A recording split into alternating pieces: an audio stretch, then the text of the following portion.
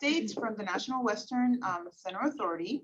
And then we're going to also propose a date change for the December meeting because it is during the holidays. So we're going to move it up a little bit.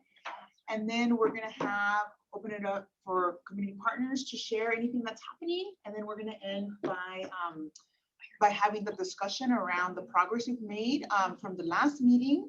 And then also what's missing, what we still want in the document, and then moving to what the next steps will be. So that'll be the goal of today. Any questions? Okay, so I'll turn it to Brad. Thank you, Violeta. So yes, so December 14th is what we're proposing, a week earlier for our next meeting in December. So anyone have any concerns or issues with that date rather than the 21st? Okay.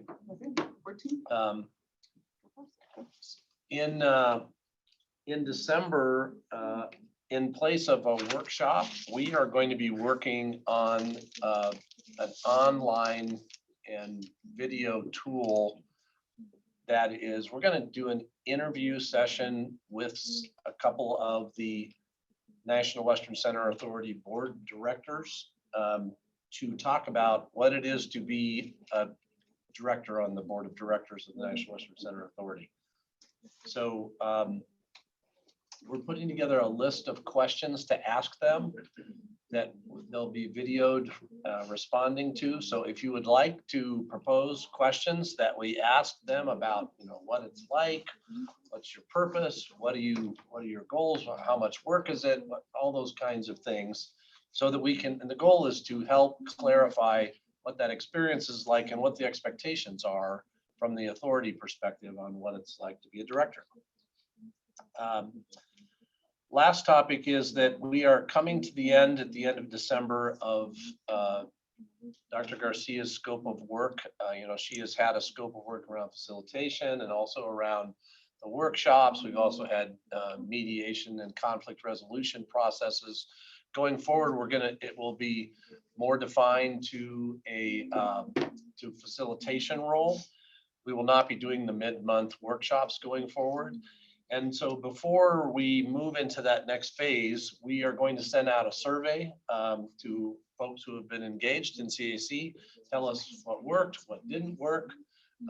We've got a series of questions we'll ask you that we'll hope you'll respond to that. At the National Western Center Authority, we procure all of our contracts, so we will be going out for a procurement for this as well. So Violeta will be proposing, and if you have want to suggest someone different, no offense to Dr. Garcia, but if you have any, if you would think that should be somebody else, you should speak up, because we're going to move into that next phase. And then lastly, if there's anybody who wants to participate in that process and that discussion, please let me know. As with all of our procurements, we always have one or two, at least, community members who participate in that process. And if you have interest, then please do that. And then lastly, please sign up for our text messaging platform. We've been getting some folks signed up there. We're really trying to build that up so that we can do the best job possible of communicating. So that is it for me. I guess I'd like to suggest, could we do, there's a lot of new faces in the room. Can we do, let's do some quick introductions. introductions? Yes, absolutely. Why don't we start just in the room and then we'll hop on to online. Hi, everyone. I'm Sarah Miley, Program Associate with CSU Spur. Thanks for coming to our space today. Yes. Thank you for hosting. Yes, thank you. I'm Ann Hayes. I'm with Westfield Company. We are a developer located in Valeria, Swansea. I'm Jules Kelty. I'm the Executive Director of Focus Points Family Resource Center. Anthony Aragon, Director of Community Engagement and Government Affairs for the National Western Center. Slavica Park with CRL Associates and also with National Western. Hi, Brad Buchanan. I'm the CEO at the National Western Center. Hi, everyone. Jenna Garcia, Director of Communications for the National Western Center. I'm Kate Siegel-Shimko. I am the Assistant Vice Chancellor for Community Engagement for CSU System. And I'm Jocelyn Hiddle, the Associate Vice Chancellor of the CSU campus, and really happy to have you all here today. I know Kate and I both have to duck out early, but we wanted to welcome you all here to Spur tonight. Thank you very much. Yeah, thank you. Absolutely. Great. Happy Thank to you do it. so much. Yes, thank you. And Dr. Violeta Garcia, I'm the facilitator, and I own Ecosistema Design, and we help organizations design better systems to really meet the goals that they want to achieve. So that's what I do, with the intention that we want more women and more Black and brown leaders to thrive, because I feel like that's a space that we often lack opportunities in. So that's really the focus in why I show up every time for this kind of meeting, because I feel that that is one of the assets of community, is that we actually grow our own leaders, and in whatever community I'm in, that might look different, right? And so that's the beauty of this process. Brad, I'm gonna kind of circle back to the questions. If anybody has any questions to submit for the panel, what would be the best way for them to get them to you? Do you want to do introductions of online? Oh, yeah, sorry. But So they can either email them to me or Anthony or Jenna, any of us, they can email them too. okay, thank you. I just want to circle back because I thought we'll lose that.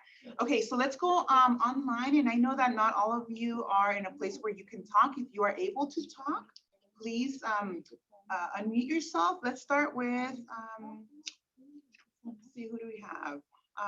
Who's 720-7573170? I think that was.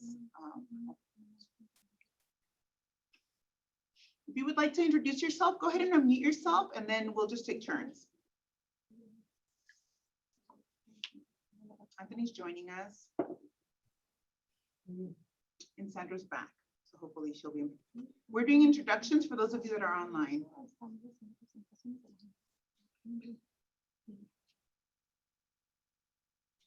It's the waiting game. As a teacher, I have a long wait time.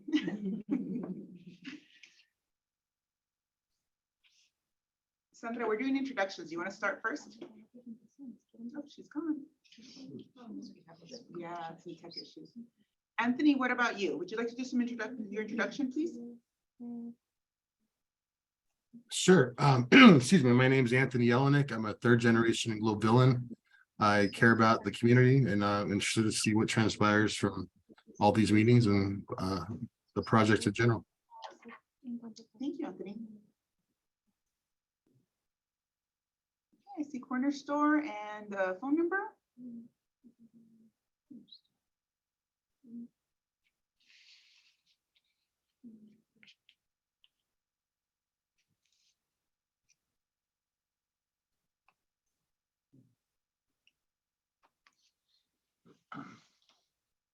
And Sandra's trying to hop back in, so we're gonna give her a moment.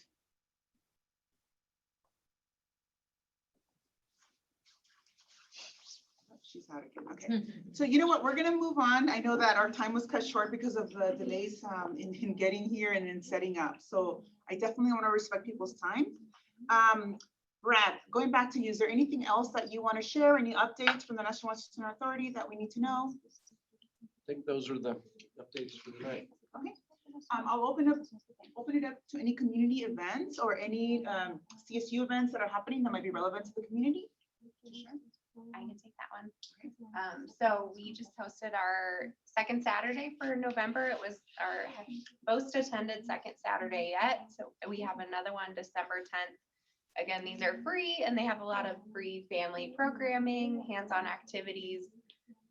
In December, we'll be focusing on potatoes, all about potatoes and healthy holiday activities. So please come for a fun time. We also are opening our hydro building, the last building of ours under construction on January 6th. So there's a ribbon cutting. You all are welcome to attend. And there's more information on our website, csuspur.org. And I also just say that we are still hiring. We have a number of events, education positions and operations positions, some innovation and entrepreneurship positions. So please check out our website and pass those along. We really want to make sure those get to community groups and in community members' hands, and they know that there are jobs open and available at CSU Spur. Anything I missed, Spur team? Okay. Thanks. I finally had a chance to come, so it was great. and My kids loved it. Second Saturday? Yes, uh-huh. So we spent most of our time in the building, but yeah. Any other community, any special things happening in your neck of the woods? No, farmers market's closed for the season. We're just kind of wrapping up the year and getting ready for the next half of the year. On our site, Left Hand Brewing Company just opened today, so whoever wants to go there. And then I'm sure you noticed the massive apartment building, Micah, that has gone up on our property as well. And they are starting to lease spaces, and there are quite a few affordable apartments in that building. So that's just something for everyone to know. I don't know if there's any way to connect people, but who needs an apartment at an affordable price? So I have a community resource that's random, that only because I'm connected to Cafecito, and that was our topic last week, I want to bring to the table. And it is Connect for Health Colorado, the health insurance exchange, is now offering insurance for undocumented community members. So that's something that Clínica de Teyac is pushing out. So I know that that's available. And for people who are within the 150% tile of the poverty line, they actually don't pay anything into the exchange. So I think there's 10,000 of those spots available for the community. So if you're your legal status is not defined, you can actually qualify for health insurance. So that's a resource that you can share with your community members as well. We hosted a session last week. And Oh, that's on. yeah, That's we'll wonderful. continue to refer to. Yeah. Yeah, if anyone has suggestions on like boards that the people who are marketing those apartments can Yeah. information on, that would be, Brainstorming. I can forward that on to their marketing team. Yes, absolutely. Are you done? I can't give one announcement, because I just was able to find the exact date. So on the weekend of 18th, 19th, and 20th, this weekend, the Sugar Plum Bazaar is going to be in the Stockyards Event Center, and it evidently is this extravaganza of holiday things, art, crafts, all kinds of things. And there's one there, and then there's another one on the complex side. So it is holiday abundanza happening. Is there So- like, is there somewhere we can go online and Yeah. see that, or we just? I think It's on our Yeah, It's on your website? Yeah. It is, okay, cool. and, but it's free to get into. Oh, totally. And then there is another thing here coming up on the 10th, December 10th, called Brunch Fest, which that's a good thing, right? I mean, how could that be a bad thing? It's this, they take over the Stockyards Event Center, and it is all this great food, and you go there and I guess Brunch Fest. Well, on the 10th, you triggered my memory, the JSI event It's on, about. yeah, it's on the other yes, half. it's That's on the right. other half. That's right. So the environmental summit is happening at the Stockyards Event Center in the auditorium side. That'll be going on, and then Brunch Fest will be going on on the arena side. So there you go. So yes, for that event, please invite community members who want to be part of the action, the environmental plan for the three communities, right? To really take ownership of that as well. Do you have times for that? I want to say it was 10 to 10:30. 10 to 3 for the. Was it 10 to 4:30? Well, 10 to 3 for the conversation, and then there'll be booths, trade booths, and then those will stay open until 4:30. Okay. I just thought of something. So we're launching a community hub in partnership with Denver Public Schools and Wyatt Elementary to provide comprehensive servicing for children in Denver Public Schools in the central region. So that would include all children in Swansea. Oh, that's wonderful. It's through the schools. So the schools refer them when families need those kind of support services. So that'll be December 13th. Yeah. And I have one announcement. The Department of Transportation and Infrastructure, Dottie, just launched the GES connector, or they're calling it the Denver connector to the Globeville and Elyria Swansea neighborhoods. And it's a ride share service. It's on-demand, free, on-demand ride share service. And the service is available weekdays from 6 a.m. to 6 p.m. with on-demand trips in the GES service areas. And we'll put the information in the chat. So if people want, but you can also, what is that thing called? Search.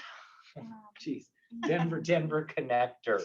But it's a rideshare service that started in Montbello, and they just launched it in GES 2 days ago. Yeah, it's great. Yeah.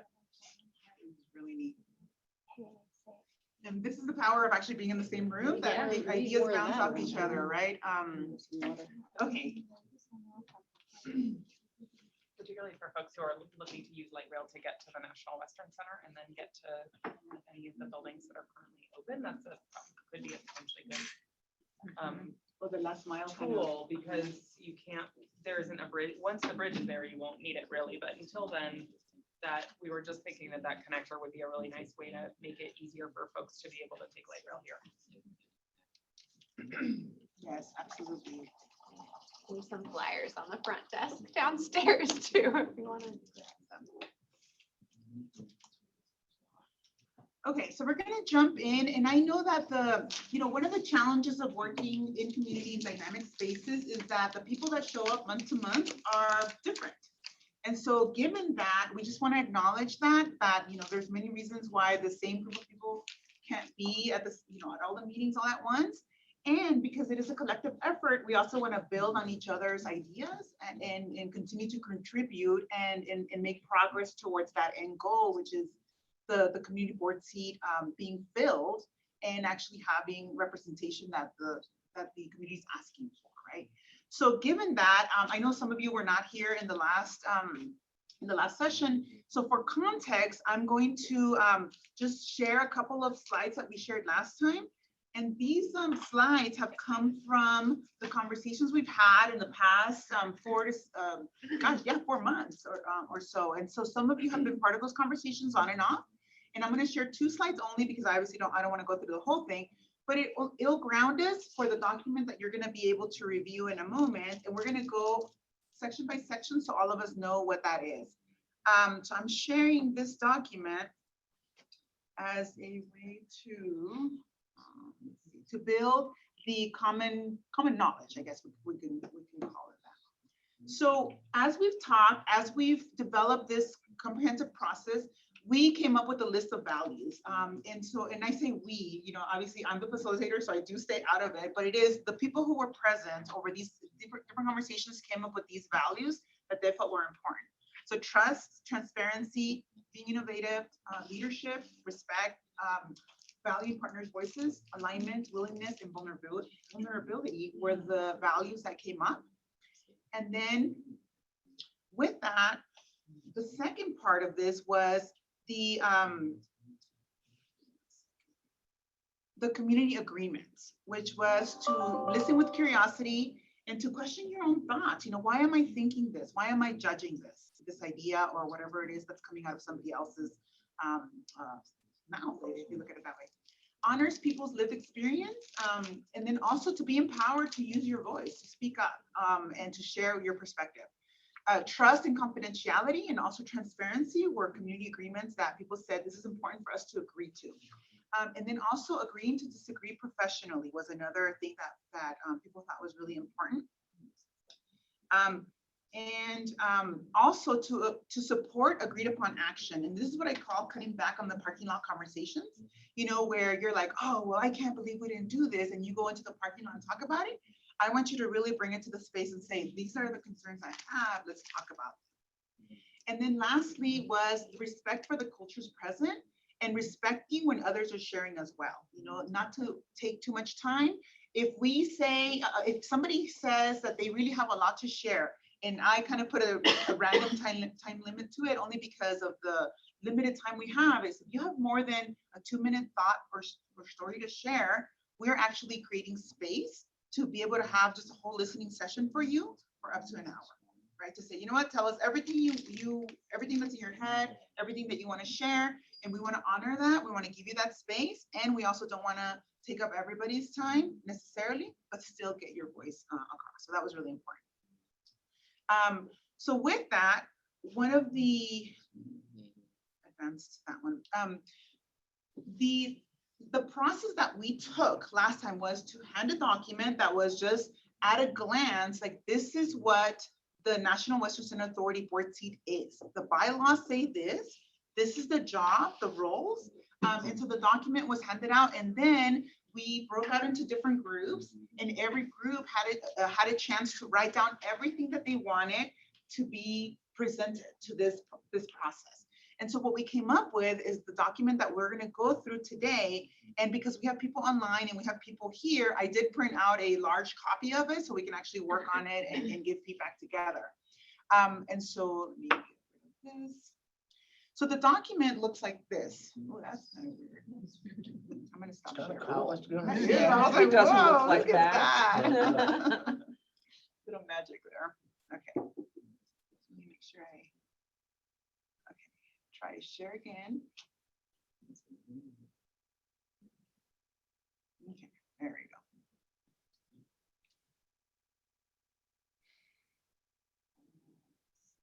View.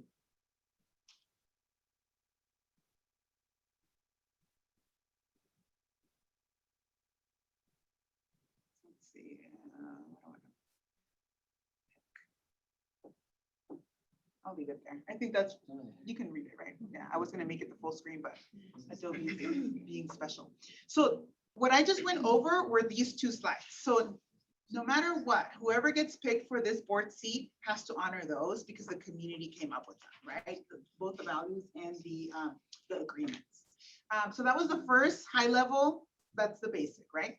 So then people shared out, and the themes that came out were that the qualifications for this community board representative, that they must be a resident of the Goldville area, Swansea area.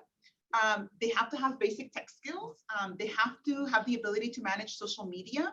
They have to have cultural competence and a person who shows up and is able to attend regular board meetings and committee meetings. That was definitely the first part of that qualifications. And the second part was that they wanted somebody who was supported by community, that really had that connection to know what the community needed and the ability to manage community conflicts as well.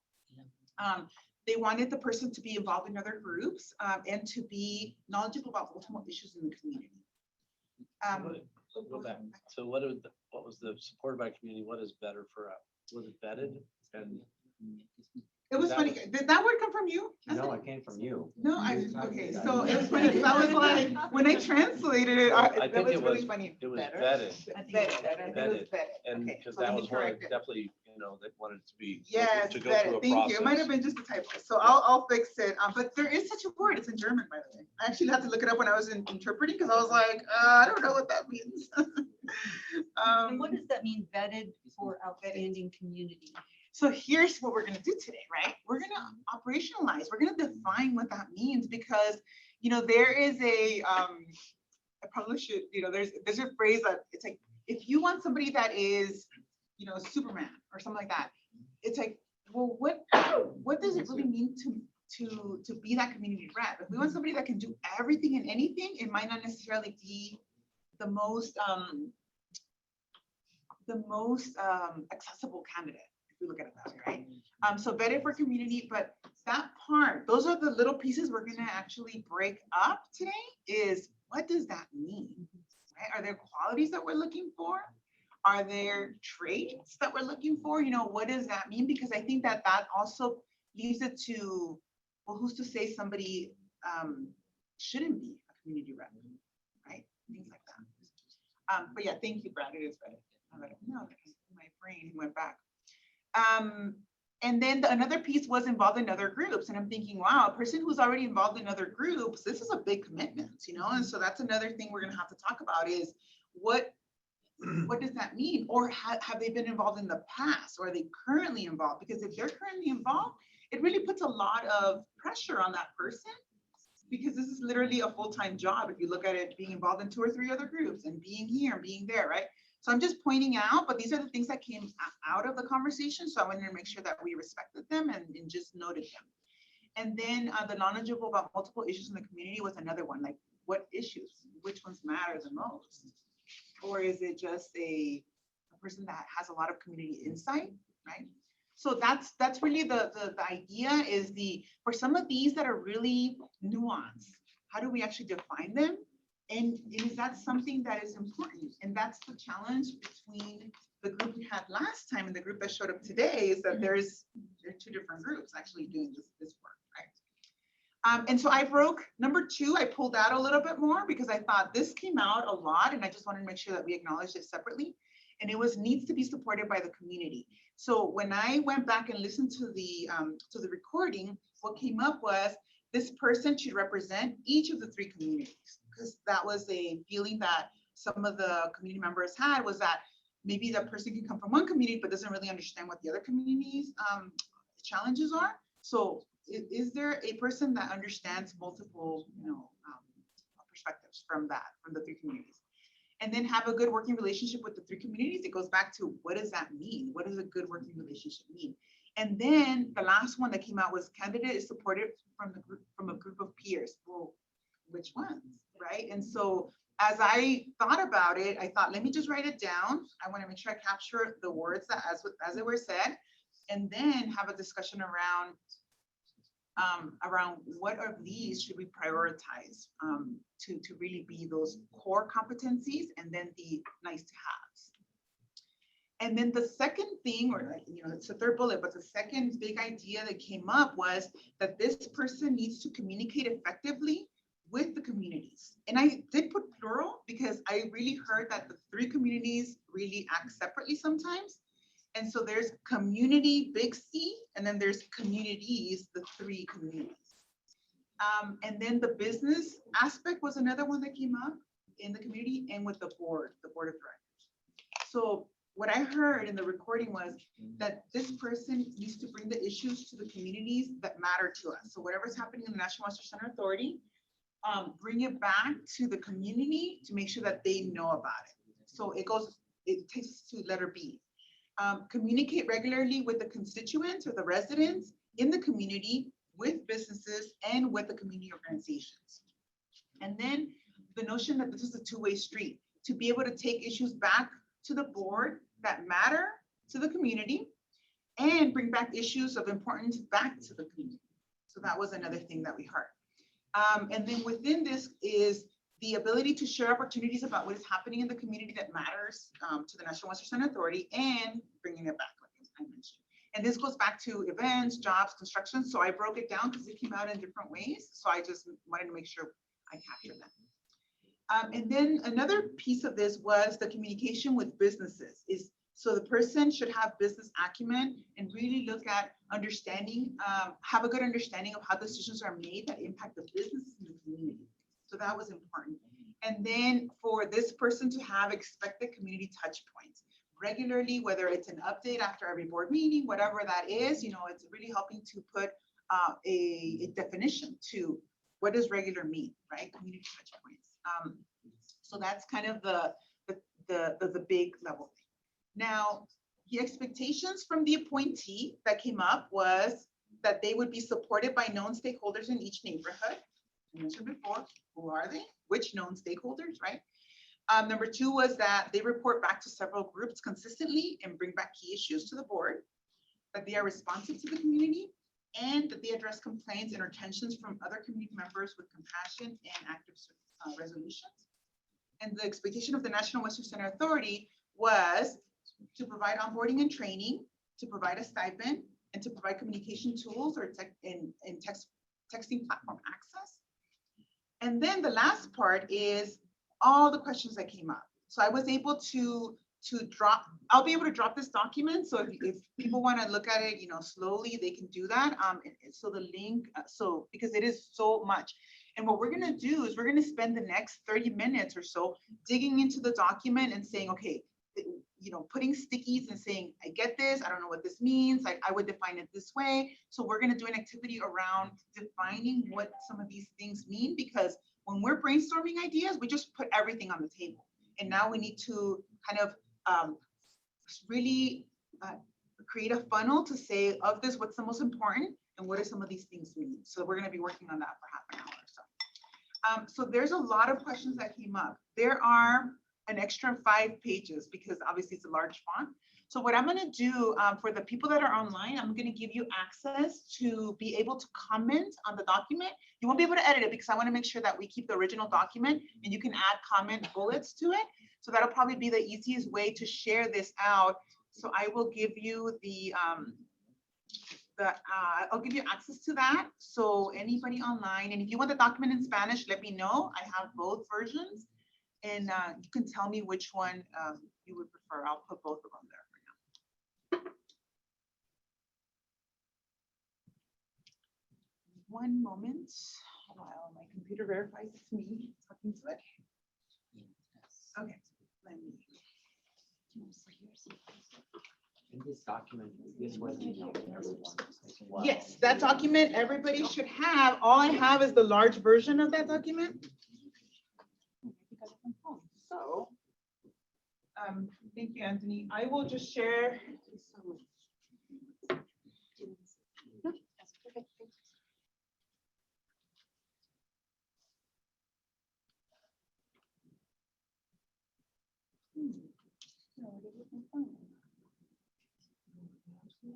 Well, I can't get into my Google. You know what I can do? Yes, but I don't have the Spanish. Does anybody need the Spanish version available? And we can send it to you via PDF if that's. And Jenna will put the English version with the ability to comment, for you to be able to comment as you go and work on the document. Okay, so yes, that is, we'll be able to spread it out in a moment.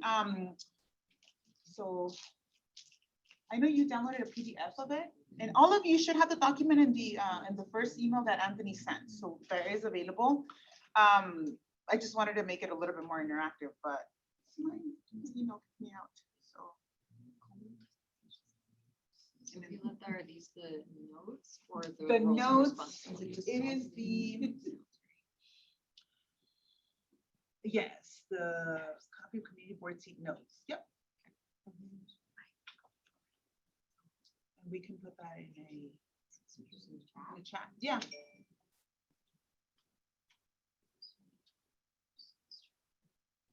Okay. So I know there are several of you here, and it goes back to, we want to make this document as clear as possible, as responsive as possible. And so we're going to take 30 minutes to just kind of at a high level give feedback about like this is great, like it'll work, or I don't see how this is going to work, right? So I'll definitely spread it out so we have all the different pieces. And you want us identifying what are the core competencies? versus Yes, nice like to I have? want you to put, for example, like this, wow. really, we really need it, because notice the document became really expensive. And I really wanted to honor everybody's voice, but it's a lot. And so we need to prioritize, like, what are the things that are most important that we focus on, right? Because we don't want to hand somebody a 15-page document and say you have to be all these things. Yeah. Okay. So how do you want us to respond? Just raise our hand? Write comments and then we can discuss. Okay. Yes, so Like write on the comments sticky and notes? post-its and stick them wherever you want. I Okay. didn't want to create whole new posters when we already have this document laid out. Got it. Okay, so, I got some stickies. and I figured we could sit on the table for those of you that are going to give feedback. Welcome, by the way. Okay. Yeah. What do you feel like has been gotten in the way of having a chair, like a community chair? That would help me figure out like. Yes, okay, so I actually have, one of the interesting things about the process itself is that some people have put, from my understanding, and this is, I don't know because the city won't give us the names of the people who applied at any given point, but there aren't people that have come, that have put their names on the table. You know? So that's an issue in and of itself. Well, it's. Right, and then now we're adding, and by the way, the only requirements for any board or commission is that the person is interested and that they submit an application. Wow. But if we create this criteria, the application needs to respond to this criteria. Right, so this criteria is an added layer to those two things that I mentioned, before they even get to The application. apply. I could see it Technically, helping though, with- anybody can apply. Yes, I could see it helping with recruiting, with finding like having. Yeah. Okay, I didn't know if there was other reasons like. No, and so you're bringing up, and it's a very interesting equity conversation. If we really, really, truly honor that, is we're adding more layers to it. That's, Yeah. So I know, Jenna, can you check if there's any comments? I want to make sure that that the people online know what we're doing and the people here know what we're doing. So we're reviewing the document and we're adding our own feedback, comments, questions, clarifications, definitions. You can write post-its and Sarah, feel free to Is join there in. currently a stipend for the There role? isn't, but that is a Okay. one in the question area. You can put, I love this idea, right? I mean, I really support this, things like that, or to say, no, you know, that's up to you too. So we just stick it. yes, stick it on the, just try to, yeah, try not to cover the rest of it. Yeah. the rest of it. And I'll be able to take pictures, so don't worry about, you know, not moving it, just, that'll be the way that I capture it.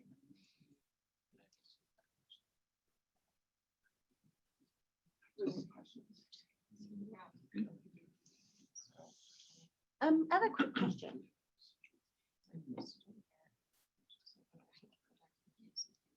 Can you forward the email that Anthony sent to her?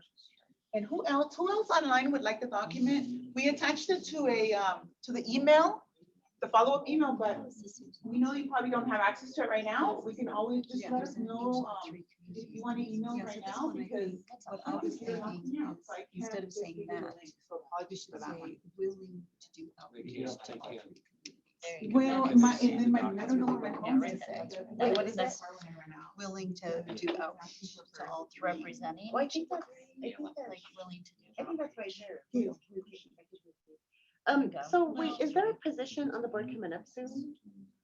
There's one open right now. Oh, there's one open right now. Okay, so then this person would be a non-voting. This one's the voting. Right now, Sandra is interim voting because the voting seat is open. Uh-huh. Brad, is there any clarification around that? What's that? So, so I asked if there's a position, a board seat open, and is that gonna be a non-voting seat? Because if someone's doing it in the interim, I find that would be difficult to remove that person. So today, what the situation is today is that we have, the voting seat is vacant. And the non-voting seat person, Sandra, is in an interim voting position because that's what the bylaws say. Okay. That's what we do. So, but she is technically in the non-voting seat. So if that doesn't change, which there's been conversation about, they should both be voting seats. We would be now filling the voting seat Okay, would be filled. I got you. Thank you so much for that.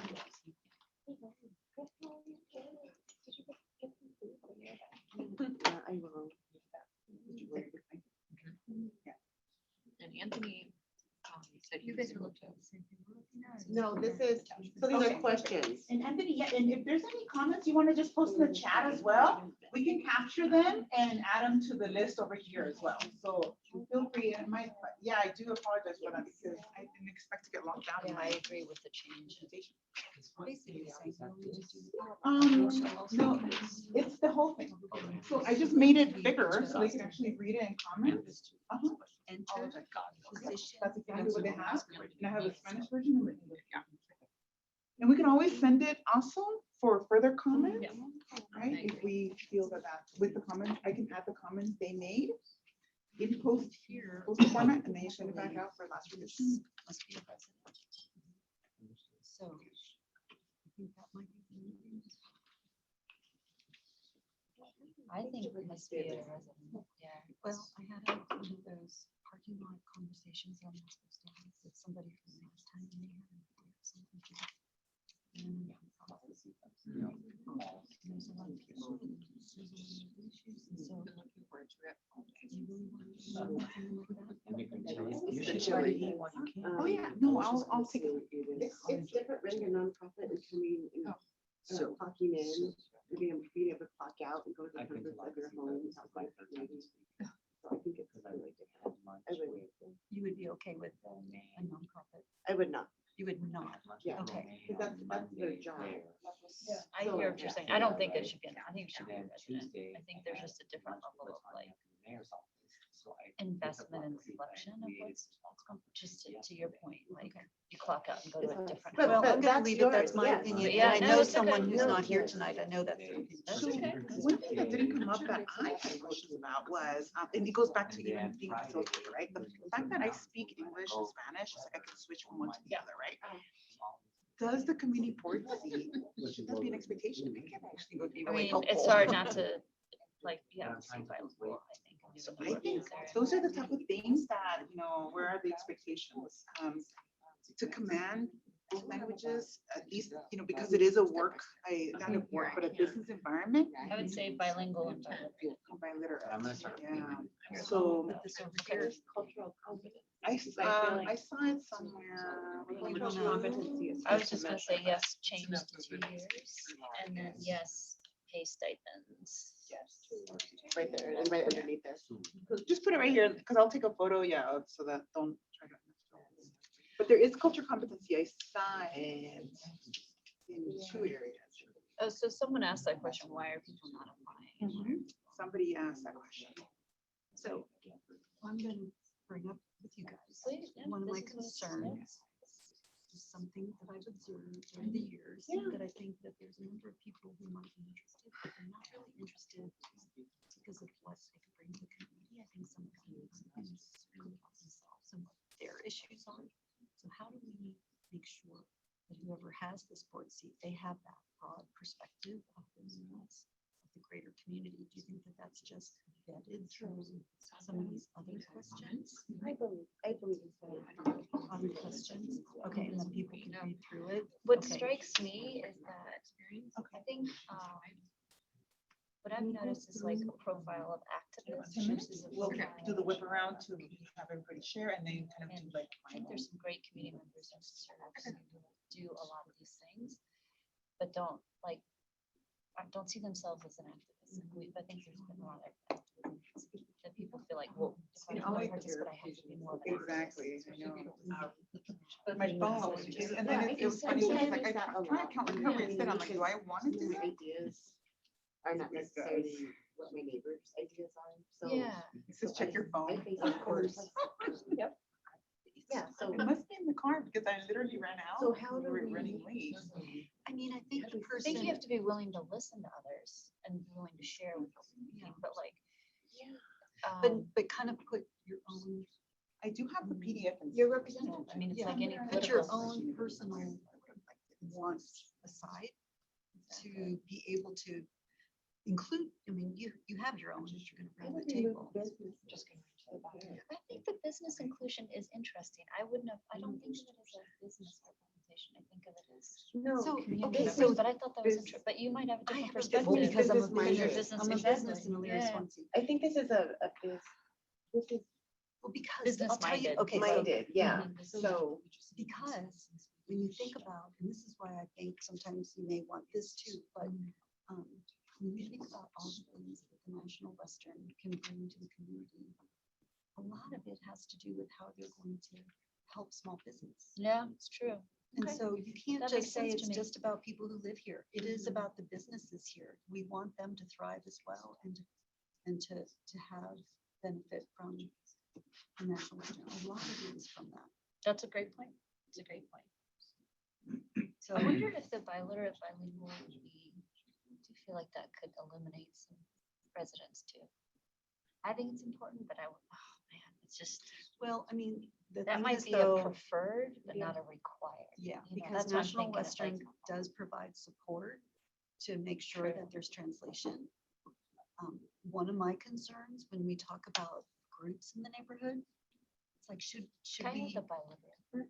should we try to Like, is identify someone- some of those groups? I mean, to me, that is part of what the National I think Western. go to all the churches now. So I think the groups could be, I mean, they could be religious groups, they could be schools. Yeah. They can be business. That's what I was But thinking. could that business be part groups. of the expectation of NWCA that they help with outreach to particular groups? I mean, because is to like do all of that on their own. So to me, that's part of the expectations of the National Western is to help them make that connection with some of these groups. I think to that's a help this- great point. That's a great Okay. point, I think. Like, it takes on, the participant does not need to, that does not need to be everything. That would be. But I think to find the outreach needs to expand to other churches, to libraries, to schools, like to people say, hey, this will work. Can you send this flyer to your listservs? I'm telling you, the priests in the neighborhood, like, oh yeah, you can type Father Felix knows. So I think that's part of this one. Create a process for real recruitment and selection, but then it comes down to, how do we engage in all three communities in the recruitment and selection process? Put out an announcement. See, that's where I think maybe if National Western does this outreach to groups that are suggested by the community, then at least you can prime the pump, right? Yeah, exactly. I said that tech skills are not required because you can train someone in those. Yeah. You can train someone how to use social media. You can train them how to agree use with that. Zoom. I don't think it has to be. And I think that that's too much of a Yeah, I think that's, disqualifier. yeah, eliminate too many people. And then I said core, like ability to show up. I think that's pretty, I mean, it's hard to show up to all these. Maybe like, that may be a reasonable expectation of like 70% or something. Yeah, I So- think because life gets in the way, you know, like, I think 70 or 65%. allow people's lives to happen. And then I agree, like willingness to communicate, outreach and listen to, I think the listening. Is that for the board meetings or just all the other meetings? Because don't you think they should try to be The board meetings? at the authority? This, I was thinking of the board meetings, yeah. Because there's, when I'm driving, there's Is it 80? I mean, yeah. I mean, with my board, I just say 80. Because we know Yeah, we say sometimes. it's- 75. I don't think it's ever happened to me. There's always a It's first. so frustrating. Oh my It's God, so like, I can't get into anything. I know. Because even Jamboard requires, verification. I was going to do the presentation, and I can't even get into Jamboard. That's a systemic question. Yeah. That's a good comment. Because Yeah, then, that's a good then point. it's easier So to. can non-voting members step in if voting member can? So there's some like flexibility. So that there should be coverage. Yeah, I think that's good. There's gotta be some, I think that in itself. Yeah, and that's if we don't have two voting members. The other thing I'm gonna put with expectations of.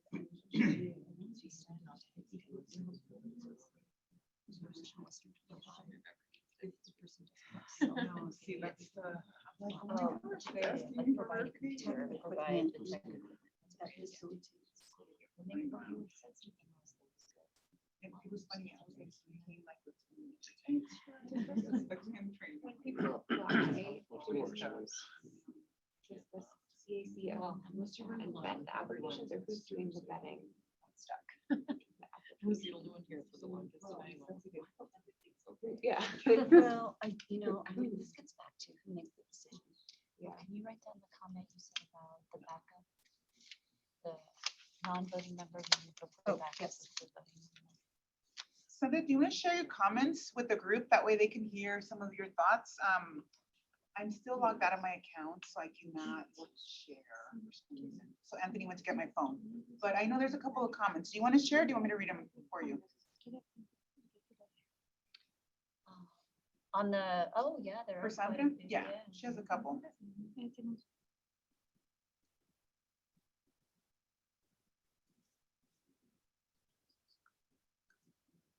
Okay, I'll read them. So the first comment that Sandra put was that when she applied, it asked for skills and resume. And she put, that's how I applied. I sent my cover letter and resume with all my skills and work in the community. It's not just saying if you're interested. I believe then it goes to the mayor and the city council. So it is a formal application process that when you submit the application, it is formal. And then the second comment was, has to have an acknowledgement of the 3 neighborhoods bilingual. That was important to her, bilingual, as there is a big percentage of Spanish speakers. And I guess on the other end, that the business is done in English, right, at the board of directors level. Know how to engage with 3 neighborhoods, knows how to advocate for the 3 neighborhoods, has to have a connection with the 3 neighborhoods, has to know the issues that 3 neighborhoods have, has to have support from the 3 neighborhoods, or at least know and have a connection with the residents in the 3 neighborhoods. Sandra, one of the things that came up here is, what does that mean though? For example, has to have a connection with the 3 neighborhoods. Like, what does that mean? Does that mean they need to know people? Does that mean they need to be involved in different things? So that's something to think about, right? So I think we captured all of those things as, you know, the things that are important. And what I'll do is I'll put little stickies to say that it was important to you. But we're also thinking, what does it mean? What's the definition for this, and why is it important, right? Because it is a pretty extensive resume this person would have to have. Okay. Who will be voting for the nominees to advance them to the mayor's office? So that's- Do the people in the room, do you want to start sharing some so Sandra can hear? Because I know that there's other Yeah. people too that are online that would like to hear. Can I share? Yeah, sure. We said willing to put aside personal agenda for agenda desired by the community. And let's speak a little louder, that Yeah, way the yeah. microphones capture it. We think a nice to have, but not required are tech skills. We feel like we can train in tech skills. We don't need to require that competency. And we don't all agree on all these. Yeah, we Right. don't all agree. Uh-huh. Yeah, yeah, yeah. Just, you know, Yeah, that's a good so point. that's clear. Fair, fair. Oops, should residents of an organization, should residents of an organization or a business qualify? So it does need to be like a resident in a home, or can it be business that the business operates in the community, or the an nonprofit organization, or the like a nonprofit organization? or something. So it needs to have an address versus. Yeah, Okay, address. so that's part of what's already built into the, And then so we that, thought this comment, willing, what Sandra was saying, willing to outreach to all 3 communities. versus Wanna read them? having, Yeah. having at the very beginning, having a connection with all 3. That might be difficult, and so just being willing to do the outreach after being appointed. Oh, interesting. That is a very different perspective, right? Obviously, from a business perspective, I can see how that's important. And there are 2 seats in the long run, right? So that might be something to think about in terms of, if not one person qualifies this whole entire list, could they be complementary to one another? So we also have business acumen, a good understanding of how decisions may impact the businesses in the community. I would just say remove businesses and just how these decisions will impact the community.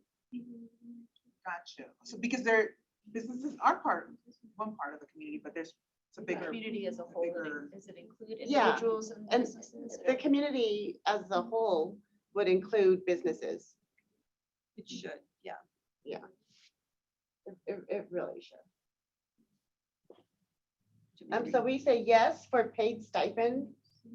Here, I'll read these 2. So Okay. one of the other things that might be really nice is that They also are provided with the technical equipment required. I know that sometimes that is a hardship. You know, they may not have a cell phone, they may not have a laptop, and be able to do Zoom meetings and, you know, that sort of thing. And so maybe the position can have this equipment associated with it that, you know, is always returned when they leave the position so that you're not always buying new stuff. But that might be helpful.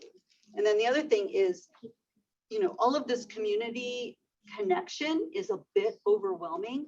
And it might be good for the National Western to take on some responsibility to kind of figure out who those groups are and help with that outreach from the outset, both for communication purposes and also for selection of people that might qualify for this position. Right, we want to add that there's so many different groups in the communities. It's going to be nearly impossible for these two people to make all of the different meetings. So I think the national, the NWCA should help with that, maybe by putting them in contact with these groups or inviting members of those groups to meet with this group so they could take that information back instead of having the board members go to each of the other meetings. Right, but then if we start listing all the different organizations, it goes back to what Jules said, people are tapped out, right? That would be hard to I do. think something that Anthony does really well that they could do again for this process is during the nomination time, make sure all the schools, all the churches, all the businesses, all the libraries. So there was a suggestion to put it in the Gazette, which agree, and do some like personal touch points of people having a copy of the nomination, because, you know, I know Father Felix has a few names he could probably suggest, you know, so I would suggest that kind of outreach to get different nominations in the pipeline. What else? Yeah, you have anything else? We just said yes, change term to 2 years. Oh, a Can I ask a question. question about that? Oh, okay. About the term? Why? What's the, like, what are people thinking when they say shorter is better? I don't have any No. judgment. Oh, on no. it. I just- 5 years is a long time Yeah. to devote. I've done some contract work and I've never been asked for a 5-year contract. I've seen like 2 years at the most. And people have lives, things change, you know, people move in and out of the neighborhood. Their jobs may change, their lives may change. And 5 years, that's a long commitment. Sandra, did you know that the term was 5 years?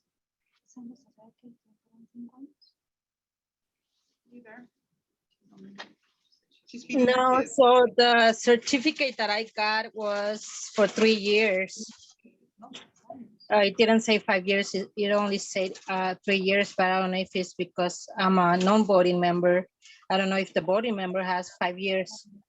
But no, No, the reason that your term, Sandra, was 3 years is that from the start of the authority board, they staggered the first group of terms so that not the whole board wouldn't be turning over at the same time. Oh. So, but from now on, They're 5. it is set up to be 5. And all the other board members are 5 years. And anyone, I think, I mean, Deidre Espinosa, who was just brought on the board, that's a 5-year term. Steve McCarthy, 5-year Can you term. renew the terms too, or is it just 5 for? They can renew 1 time, I believe. So if someone loved us that much, they could be there for 10 years. Maybe it's dedicated person. I mean, could there be some choice in it? Because I think it runs a line of equity as well. You know, there's a lot of privilege of who is on the board, and you're sacrificing time. You could have another job or something. So maybe it's a situation of choice, like minimum 2 years, maximum 5. What can you, and you could renew, but what would work for what you're thinking? Maybe 3 is the compromise. I And don't it know. is voluntary, right? Yeah. So they could stop at Yeah. any time they so chose. That's true. The only thing I would say about the 2-year is you get more turnover, you get more perspective Maybe from 3 different years. people, you get more involvement from the community. There's more. Yeah. It may excite the community a little bit more if they know in Oh, 2 years they might be able to get on, so there's some So- benefits, I think, with shorter I would, terms. I would just throw out this, my experience of onboarding board members, all board members, is that the National Western Center is a complex organism. I will tell you, it takes a solid year Just to for get- anyone to just understand the lay of the land. The ability to contribute in the first year is difficult because Would 3 years be a compromise, like a 3-year minimum? yeah.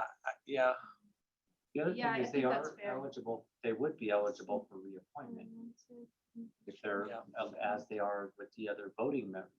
We'd have to look at that to be sure, but they are eligible to be reappointed. So even though it may say 2 years, then they can still be reappointed for another 2-year term. Can I take a quick pause only because I'm back inside Google, y'all? This is, it feels like a victory and success. I just want to show the people online how to make a comment because you're going to see this document. This is a document that Anthony sent, but you are allowed to make comments. So pick suggesting.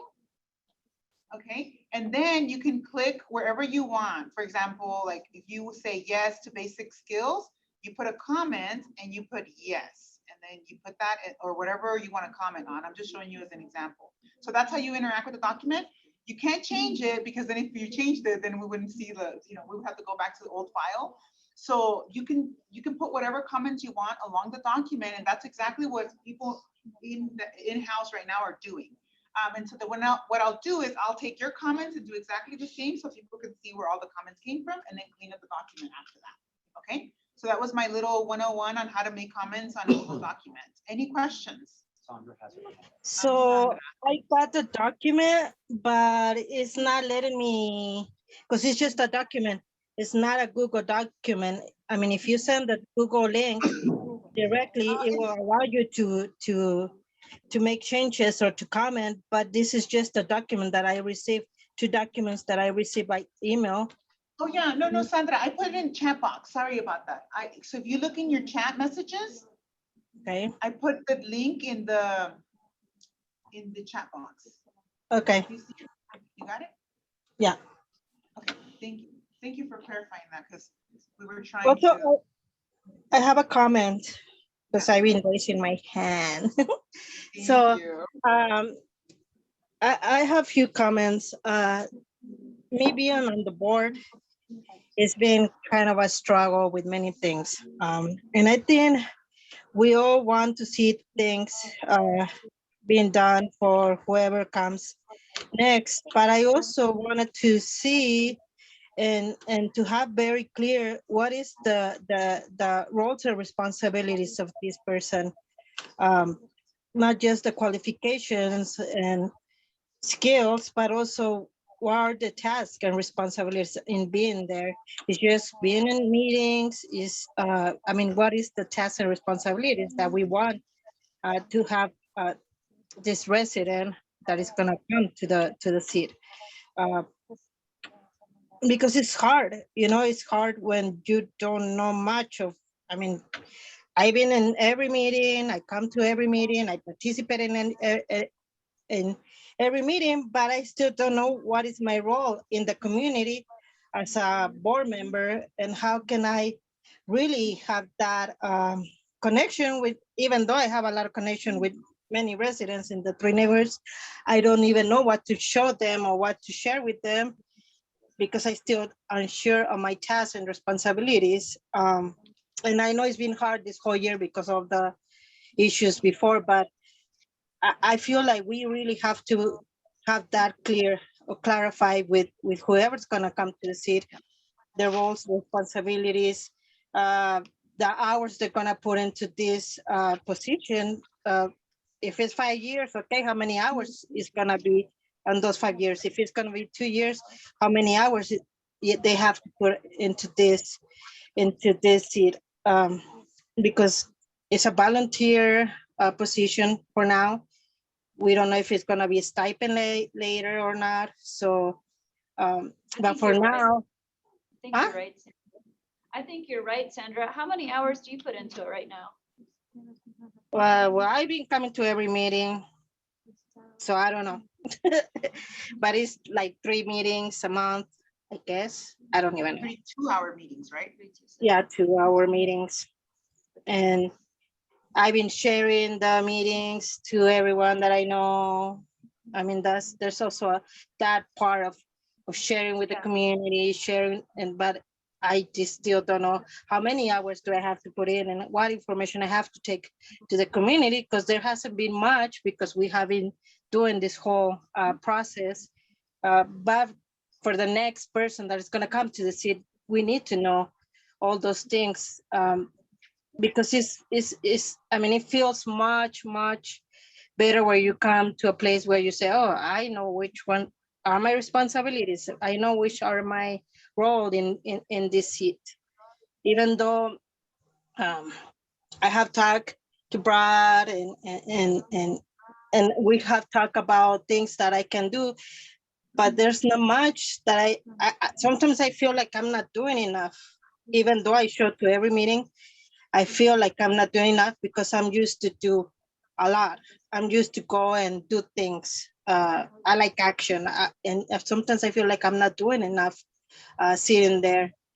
So for me, it will be nice to know how many hours I have to put in, what things I have to do. I mean, just have a document that says all my roles and responsibilities. For me, that works a lot because I like to see those things. So I have a question on that, Sandra. So I imagine being in these meetings, things come up at the meeting. And I guess, you're in a position where you don't really know how to respond to some of the things that come up in the meeting because you don't really know what the community wants. So how can you respond, with comfort that you're representing the community? And there seems to be, I don't know how you solve this, but there seems to be a need for setting some goals and desires that the community wants out of the relationship with the National Western. I mean, there's the community benefits, but there's probably other things. I don't go to the meetings, so I don't know the things that come up. I know the things that you bring to the table here of the opportunities for people to get involved or have jobs or whatever. But so how does that factor in? I'm only imagining this, but I think it's going to be, it's about setting up a relationship or a conversation between this representative who is going to, I mean, it said it on document, two-way street, right? So they're going to hear things at the meeting where everybody else isn't there, and to be able to take that information back to their constituency, and then their constituency to be able to say, like this, don't like this, can we do this, different sorts of things, or bringing back opportunities like, hey, there's this opportunity here, or there's going to be this negotiation. How do we want to, what is the position we want to take on it? Coming back to the board with and truly being that voice of the community at the board. Now, it's also a public meeting, right? So anyone can show up and talk. It is on a Thursday morning, so that's hard for people to do. And then there's the committees are the same way. I mean, Sandra is very involved in the Community Benefits Committee. She comes to all these meetings. Plus, there's always other things. There's always other conversations going on. So it is a significant role. It's not like some boards where you get your packet and you read it, you show up at the board meeting and you have a conversation and you leave and you don't do much for a month. It's a pretty active role. Now, that's also true for every other board member on the board, right? Not every other board. For many of the board members, they are representing a constituency, right? I mean, there are stock show folks, there are CSU folks who, same thing. They're fulfilling that same role for their constituency. So, okay, So when we're finished discussing the board member and, you know, what we would like to, the roles and of that board member, would this meeting turn to, for an opportunity for that board member to meet with community, to share these ideas and get their feedback? At this meeting. Yeah, at this think meeting, that's when a we're great finished idea. with all of, you know, all the board shenanigans, because this has been going on for a year. And I want to move to a place where we could support our board member in this role that's in there now. And, It's a great you know, idea. and This just could be really, this could be a forum. yeah, this way for- she doesn't have to go, she or he, don't, you know, doesn't have to go to so many meetings. And Yes, really yes, plus the support of, you know, others Yeah. who would be able to bring more detailed information, perhaps.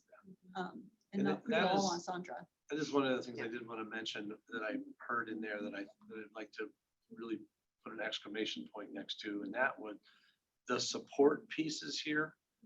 It is, I think that we owe Sandra and future community board members much more support than we have given her so far. I mean, these are complicated issues for all of us. We all are figuring these new things out as we go along. So I think there was something about onboarding and trading.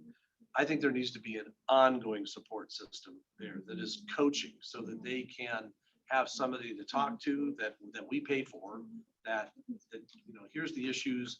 They can help sort of flush out their thoughts. How do I, you know, issues around how do I communicate with the community to my best ability, and you know, all those kinds of things, because it's a hard position. There's no question about it. Yeah, absolutely. And you know, it goes back to what comes first, the chicken or the egg, right? In terms of like 6 months ago, we could have said, oh, this meeting might be, but it wouldn't have landed. Now you like connection makes sense, right? To say, okay, if we have all these different criteria, this is an ideal space to bring that synergy. To say we don't need another extra meeting. We need a different purpose for this meeting. And that goes back to the reimagining, reinventing that we kind of talked about 2 months ago, but it wasn't quite clear because this kind of was a first step into that. So thank you for proposing that. I think that that is actually an I like amazing it. idea. And then also, on top of that, instead of having another committee for the community benefits, we could handle that as well in this meeting. And Well, the that's been community, a, that's a board subcommittee. yeah, it's a subcommittee. Because that is board work. So that committee is the portal to the board specifically for the community benefits topics. So that's a board subcommittee. But there's residents who attend that, right? It's a public meeting, and we have invited the CIF committee, the Community Investment Fund Committee, to report there because that's such an important project of the board and the authority. But you know, that I wouldn't anticipate that being a forever thing necessarily. Could be, I suppose. Well, I mean, if you're satisfied with that outcome of the way you're doing it, I mean, you have to ask yourself that question. If you're getting the results, Yeah. and do the residents and community, are they content with the results as well? Do they feel that their voice is being heard? Well, the CBC committee meeting is not a be all end all. I'm not suggesting that. Yeah, I'm just saying it's for that board subcommittee to do more deeper dives into topics so they can report back to the board. But there's no question that as we move towards a discussion around broader and more significant community benefits, that's going to have to be, that conversation will not happen there. It will, if maybe I'm catching up with you now, that conversation would likely happen here. So Sandra has a comment and it says, I also think that there should be a space in the agenda for the community member to address community stuff, not just comments, but a space, 10 minutes or whatever in the agenda at the board.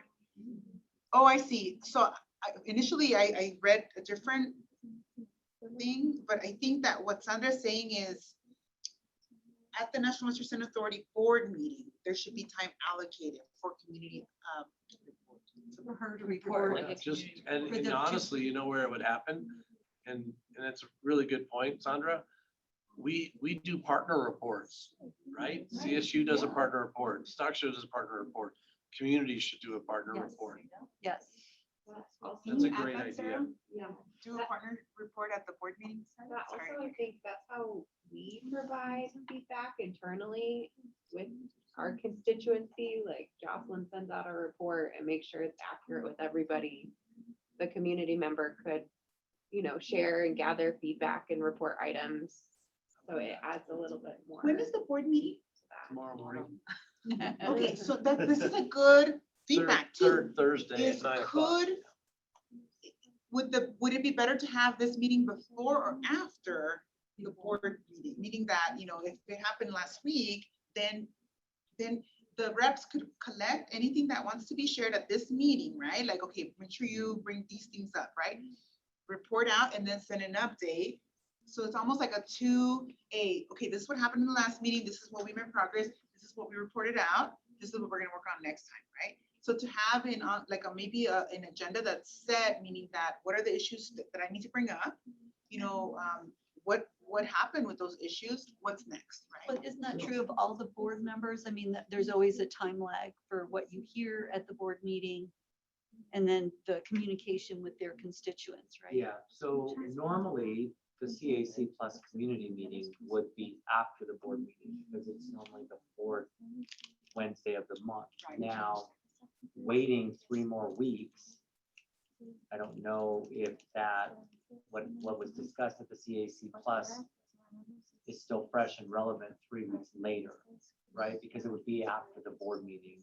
Well, That's my point. Should it be right before the board meeting so she can take things back? so it should be before the board meeting. So we would have to move the CAC plus community meeting from the fourth Wednesday to like the second Wednesday. Well, question, so like at the board meeting, there's probably things that are on the agenda that are discussed and that you can't really, they may be new information. I would imagine you don't take votes on those kinds of things at that same board meeting if it's something that's introduced, right?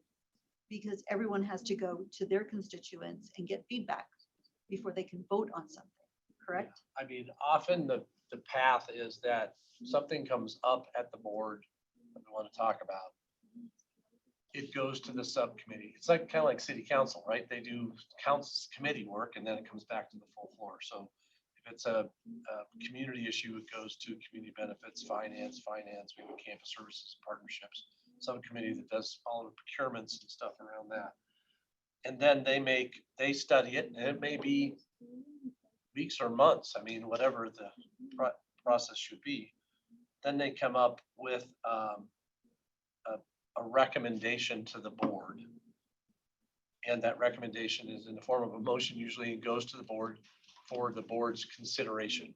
And then the board decides, is this something we want to adopt or listen, and usually by the time something comes back to the board, it's been vetted, everybody's talked it through and it's usually, the problems have been worked out. And I mean, I don't know that we've ever had a split vote at the board. So there just needs to be time, like you have to hear about it, then you can take it to the constituents and then take it back to the next board meeting and give any feedback. So there's at least a month that you need the information out in the community to get people to respond to it. I would think that that's one of the roles of the both board members. Well, and I hear Sandra too, it says that community issues and feedback is a very important part to be able to grow the connection between the National Western Authority and the community.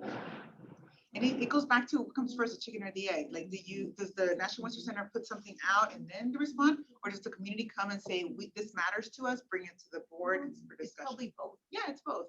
I'm just saying that it's relative in terms of if the community, the CAC plus meeting happens a week before the board meeting, it's not like things are going to change in a week, but the representatives can bring the issues, but then the agenda is created, a week before or something like that? So I don't think it matters, is what I'm saying. The agenda starts, we start populating an agenda pretty much the day after the Yeah. board meeting, Okay. but yes, it's finalized, you know, within So 5 weeks. So 5 these board seconds. members don't necessarily have to wait for the board meeting to get a hold of you or someone to say, these are things that I want to have discussed at the board meeting. So there needs to be a pathway for the board members to be able to communicate so that it can be part of the agenda. Or as Sandra says, just have a time period that. it can I think run. that's a great idea. Sandra, we should, we'll make that a agenda topic at the next CBC meeting. That's a really good idea. And with that, you know, another thing that in terms of building capacity and building power in community, providing I think facilitation services was really important just to get us to have conversations and be able to put ideas and, you know, and have just that openness. And there's a part of me that's like, yeah, and building the power, building like the ability, the capacity building within the two board members to lead this type of meeting would be a very interesting dynamic as well. You know, but it might take time. It really depends on who it is, because part of that is really believing that they can do the job, right? And also seeing that is their job, you know, in terms of facilitating community conversations and bringing things back and taking things back. So a facilitator is really essential, oftentimes in spaces where we want to let that person also contribute. But if their role really is to facilitate the meeting, that could be something that it's a different type of relationship. And it's really more building their capacity to do this type of work, which I'm for. You know, like to me, it's like that is where change happens. We had one question. Is it already in the, whatever, laws, rules, bylaws, that if the voting member is not at the board meeting, that the non-voting member may vote? Does that happen? Don't know that. Oh, that's interesting, because there was only empty seat is what we found. Yeah, that I know for sure. but Because we were that's a good talking question. about the commitment. And Sandra is saying she goes to every meeting, which is, so she's really very committed. But if something happens and there's an important vote and the voting member can't be there, would it be possible? So that's a question. And then my follow-up question is, has there ever been an important vote like that where you couldn't wait? You don't want to hold up the board. Yeah. But yeah, I mean, So, yeah, it's and just and a I take us question. right back to the core question. We should just be doing both. Why is there non-voting seat? I'm sorry, Brad, what was that? I go back to the core question of why is there a non-voting seat? So Yeah, there's a little history there. Because community really wanted to historically, and they couldn't get, so that was. I know the now, history. You know the history, right? I thought you were don't think- asking, and I'm like. No, I know the history. I don't think it's very compelling today. No. But it's a question for sure, how to manage that. So if there's still resistance to that, could we at least change it so that if the voting member is not there, that the non-voting member may vote? Yes, so that brings me to making sure that everybody got their thoughts, you know, written down, because I want to make sure that I put together, and you're absolutely right, not everything on this line, everybody's going to agree to. This is really a master list of all the qualities, right? Like I said, for Superman to take on this position. Some people suggested, I think it was Candy or Nola, somebody suggested to have like a scorecard, you know, to rank people, but I'm thinking, yes, and right, meaning that it's just another layer to it. But there is this is important to us. We want to acknowledge this. So for process, kind of like I wanted to spend the last 20 minutes talking about process, because it creates more bureaucracy, right? So I want to make sure that we acknowledge that. And so if a person comes forward tomorrow and says, yeah, I'm interested in this board seat, we actually want to make it as easy as possible with them embracing the values of the CAC Plus group. And now that we see that close alignment with the board members being the leaders of this group, essentially, and accepting the community agreements, right? what does that process look like? So I want to kind of shift the conversation a little bit because I want to make sure that we capture them, but knowing that no one person is going to have all of these. Yeah. Yes. But how long are we gonna keep doing this? Right. Because I would like some closure to this. Yes. Okay. So that's kind of, that was my attempt to close it, but you're right. Let me just kind of point it out is let's, So should we vote on what should be taken out and what should be left in? so I proposed a, because there's the people who actually started this document are not here today, right? So I was gonna put this in a kind of a survey format for each of the 3 areas to say, what is most important to you? Pick the top 3. Just like vote. Yes, so everybody gets a vote.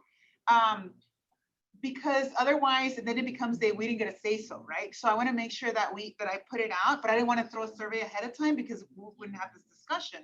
So But yeah. this has been going on for over a year. And so, like, quite frankly, it's just a waste of my time. Yeah. And I don't like feeling like that, but I feel like that. I have community members texting me the same thing. That's why they're not here tonight. And we just really want to move forward and finish this. Then we can move to what that looks like in the future. Because because this has already taken a lot of time out of a lot of I agree. folks' lives. Yeah, I agree. And this is kind of you're here today, right? So if you vote, will the community, the members that are not here? Well, I'm not gonna be here the next time, so Exactly. that's on me. So I'll have to trust the other people in my community to make that vote. And we can't be at every meeting, but at some point it has to stop.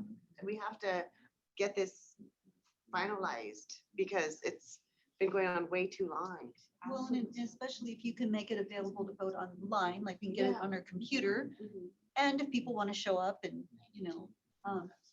but I have also another question because I know it's come up that this is the criteria. So people put their applications in. The process, yes. Who looks at the applications? Because I know that there have been several community members who say, we want the right to vote on the person. So that's probably impossible, because of the way that the city works. So how do we deal with that? Because there'll be community members who are not happy with that. And we can do all of this and they're still not going to be happy. Yes, and so Gail, I'm going to address Gail's point first. So my proposal to close this part out is, people who are here, right? It's like you're going to pick the top 3 things that are important to you for each of these are the most important things to me. And we're going to stick with that, right? Because if we keep changing it, if the next group of people that comes, they're going to pick another top 3, right? These are minimum requirements, right? There's kind of it'll be nice to have all these others, but we really are looking for these top 3 things, in whatever the categories are.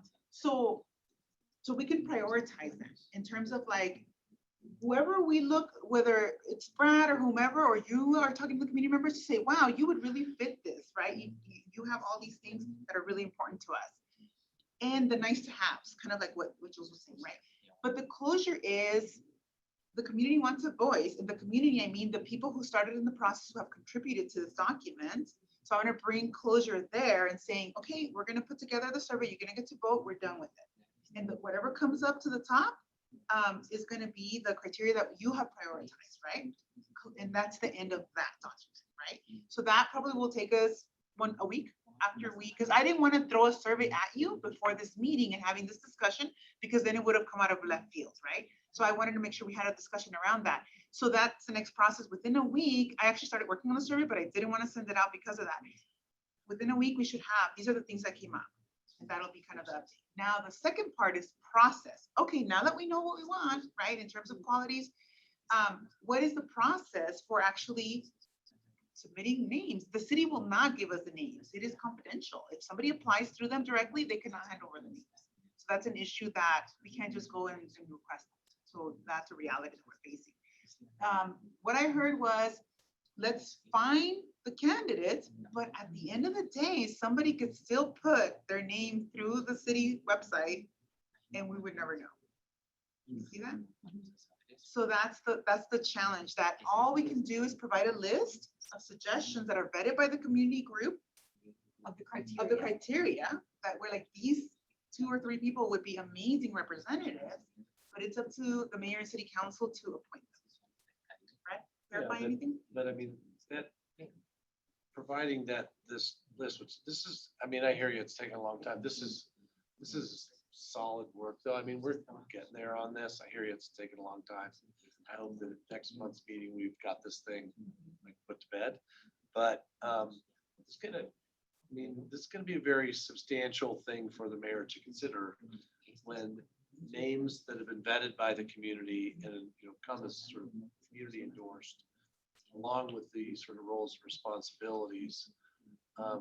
That's powerful, and it's going to be impactful. And honestly, we have not had a lot of other names submitted outside, from the outside. So I don't think that's going to be a significant issue. Shouldn't be an issue, but It's there. So in many ways, the community is being asked to recruit people or step up and nominate themselves, right? yes. Potentially, right?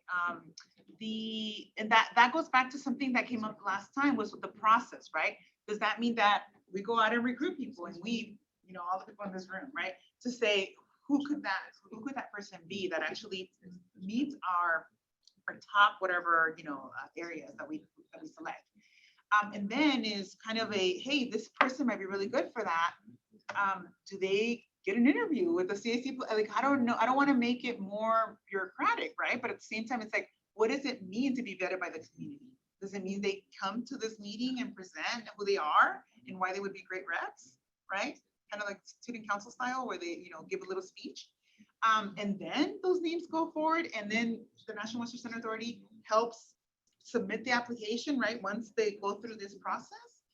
We haven't talked much about that. Yeah, I mean, to Gail's point, which I hear her, could we have a day of like, because you're gonna send out a survey. Yes, I'm gonna send a survey with. And the so next, by, you know, I mean, that's Thanksgiving week, Right. maybe by November 29th, survey will be closed and we'll have the minimum requirements. Then we all come to the meeting on December 10th, is that what we? 14th. 14th. It's a quick And turnaround, we yeah. we've reviewed, we have it, it's decided upon, and then we say, okay, what's gonna be the next action steps out of this? Then we put some time into that, what's gonna be the outreach, and who's gonna, this is the day that we all have to, that some candidates have to step forward by, or Yeah. something like that, like some concrete measurables. And the commitment might be, you know, each of us finds 3 people. Yeah. And then you submit, you know, these are the reasons why, I don't know, like whatever that is, right? Like that really is gonna come from you in terms of what the process looks like. Was like November 29th or November 30th reasonable to like have this piece done? So can Survey I ask results.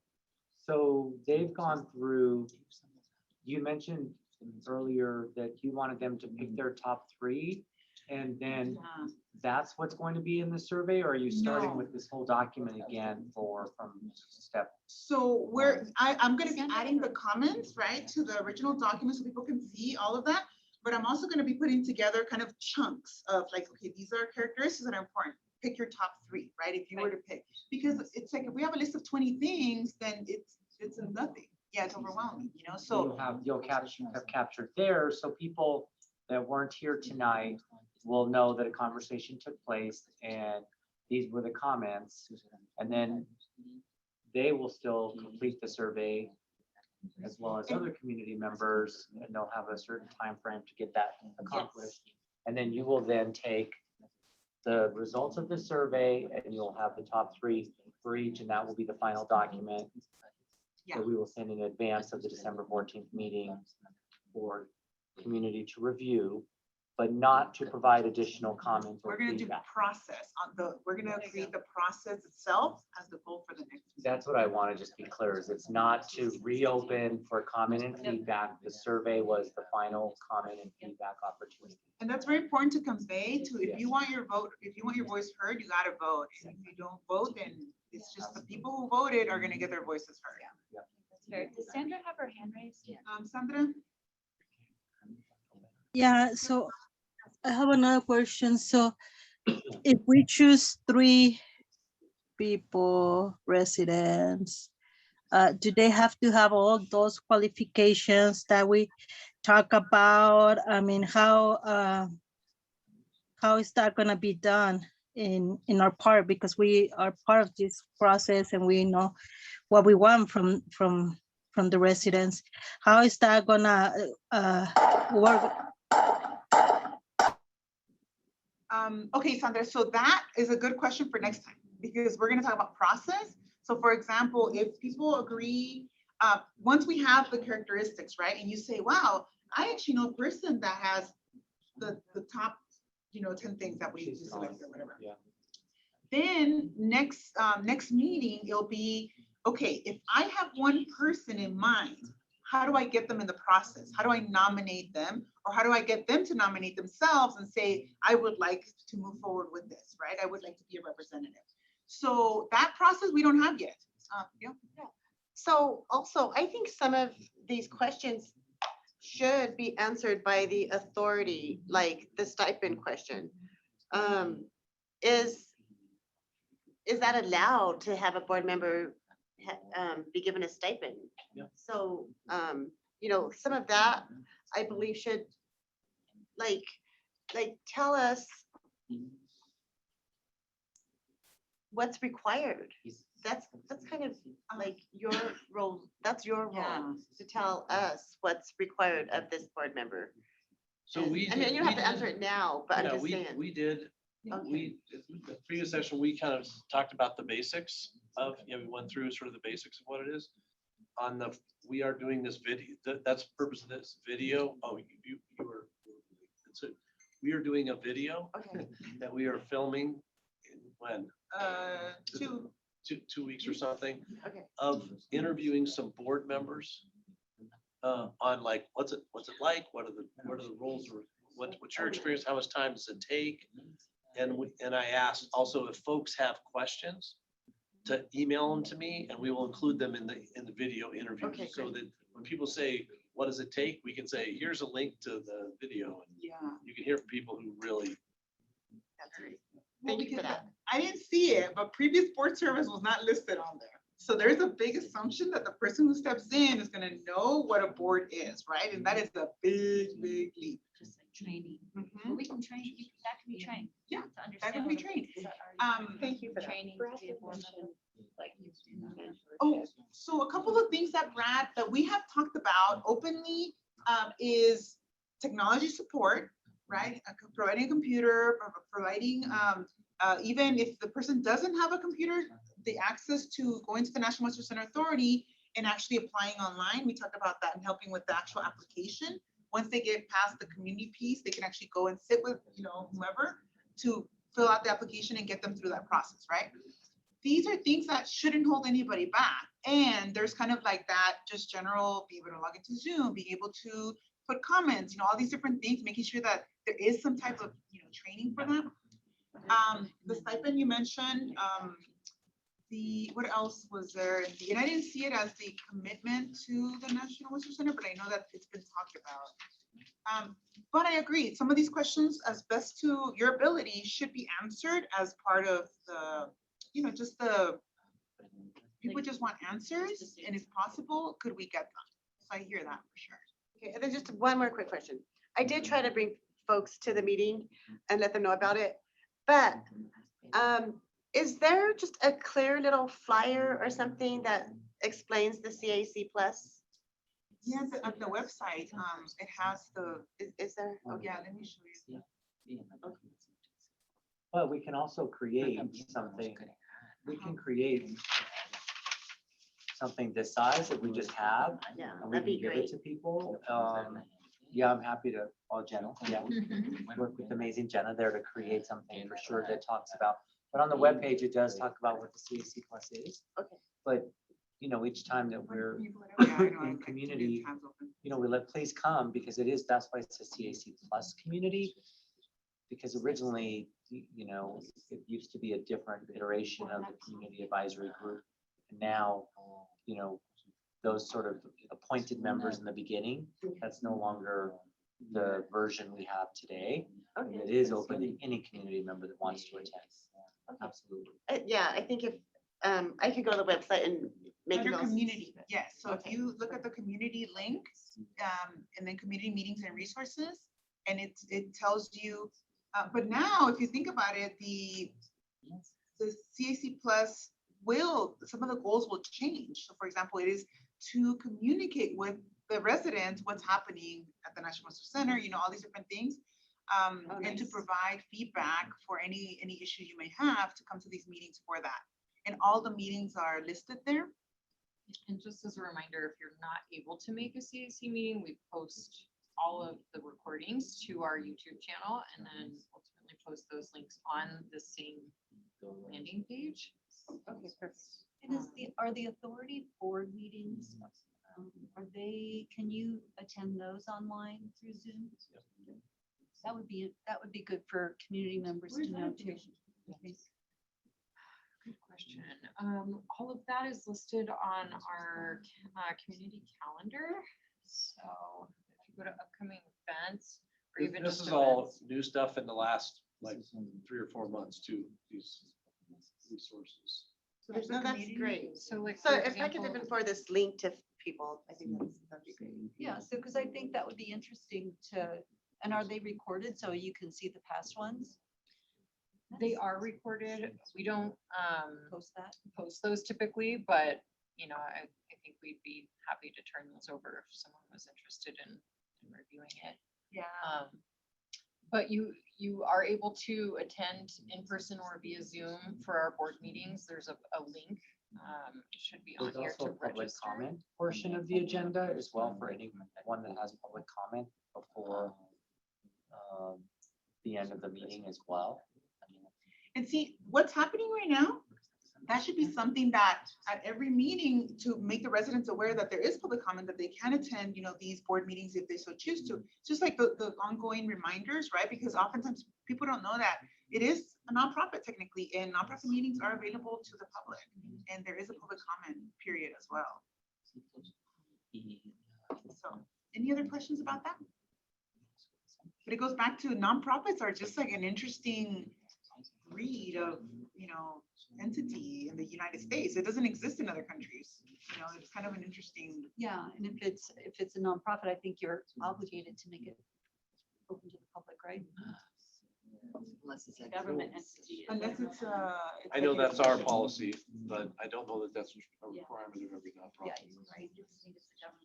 Okay, so which speaking of, that was another thing, because it is a nonprofit, I just wanted to briefly mention as that 101 that we're gonna do for the panel is oftentimes when I do trainings or even little chats for people who are considering board service, but they've never actually done it, I actually pull out from the Colorado Nonprofit Association, the manual they have. And I talk about, you know, duty of care, duty of loyalty, and duty of obedience that an organization, a director sitting on a board has. And then I break down what each of those are, right? Like they have to uphold the different policies. They have to make sure that the finances are, you know, being kept well. And so there is a basic understanding that there has to be there. And part of this, and I think Brad mentioned it last time, was that whoever sits on this seat is loyal to the organization too. So there is you have to represent the community, and you also can't be bashing the National Western Center Authority out there either, right? Because you're saying that I want to be a representative for the National Western Center Authority. So I just want to put that out there because that's something that, you know, just in my own experience, I had to learn, right? In terms of like, what is it that a board member really does? So there is that guideline, and there's the nuances of the actual National Western Center Authority and how they function. So, I mean, it really is kind of a training ground for potentially other boards as well. Right, and I'm so sorry to have so many comments. But so that's, and I've explained this to Brad as well, that's how people in the community see this position. We see this position as an extension of Brad. So that's why it's so important to us. Because I think people in the community really take it serious, and you know, we take this board member as an extension, and you know, like it's a dual role because you're representing the community, but it's also, when I look at this person, I see you all behind her, so. Thank you for sharing. Again. So there's like 30 comments in the chat. Yeah, only because we've been sharing them throughout. Yeah, but thank you. I haven't been ignoring them altogether here. Let me hop back in. Is there anything new? Okay. Oh, yeah, Sandra just shared her concern that it's been, that she hasn't done much because of the process. She wanted to honor this process, and so she kind of feels like she's been kind of stagnant and standstill to just like here, well, what is it the community wants? And it's kind of this back and forth, you know, tug of war essentially, but I can't think of another word to describe that. But how does that sound for closing steps in terms of like, I will put together a survey, you will vote, we're gonna close this out and really make it clear that you're voting to say, this is what you really value within the that one's 15 pages, but I think the original document is only 2 or 3 pages, right? It's not too overwhelming, but it is a lot, right? So we want to make sure we highlight those top ones as the key pieces, but not lose, you know, everything else. I think that it's within the context of everything else to have a guiding framework, right? To guide people. Okay, I will have that in a week. Voting will close at the end of November, so November 29th, and we will have a document done, and then we will do process next time. Okay, good, great. Yeah, thank you so much for coming, and thank you for your feedback and input. I'm gonna take pictures of everything before it moves. Thank you. I'm glad, I'm excited. that you Yeah. have people around. Yeah.